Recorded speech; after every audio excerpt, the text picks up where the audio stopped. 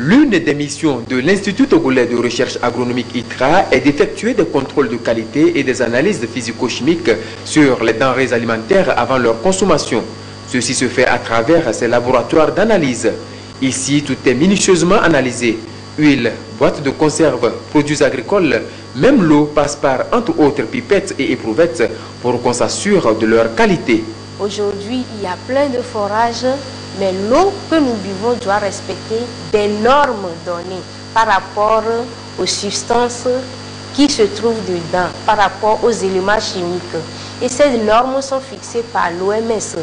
Une eau de boisson doit pouvoir respecter à certaines normes. Et pour pouvoir savoir si cette eau respecte à ces normes-là, il faut nécessairement passer par l'analyse de laboratoire. Et c'est la même chose qu'on fait pour les aliments. Et lorsque les aliments arrivent au marché, ces aliments subissent plusieurs transformations, depuis le champ, le transport, la conservation et la transformation. Et durant tout ce processus, il y a beaucoup de choses qui se passent. L'aliment peut se dégrader. Et lorsque l'aliment se dégrade, il peut avoir des substances nocives pour la santé du consommateur. Pour leur bon fonctionnement, les laboratoires de l'ITRA sont subdivisés en plusieurs sections spécialisées s'occupant entre autres de la qualité des sols, la recherche des contaminants minéraux ou organiques ou tout simplement qui déterminent la composition physico-chimique des aliments. C'est un produit de cacao dont nous devions chercher l'humidité.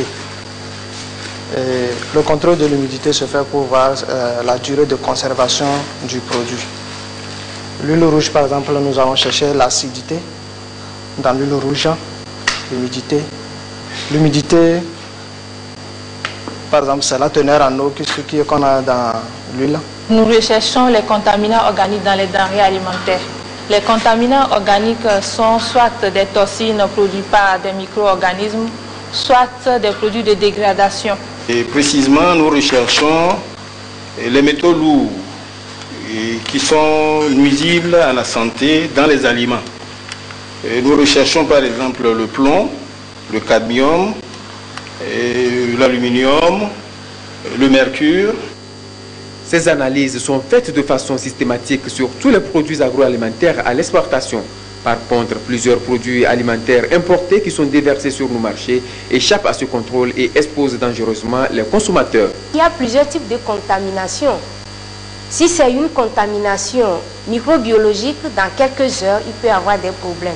Mais pour une contamination chimique, ça peut être selon le produit qui est incriminé. Les problèmes peuvent être à court, à moyen ou à long terme. Les aliments que nous consommons contribuent pour beaucoup à notre bonne santé. Ils peuvent se révéler dangereux s'ils ne sont pas de bonne qualité. Une synergie d'action s'impose donc entre le travail des laboratoires de l'ITRA et le contrôle de terrain des inspecteurs du commerce et des associations des consommateurs pour démasquer les commerçants véreux.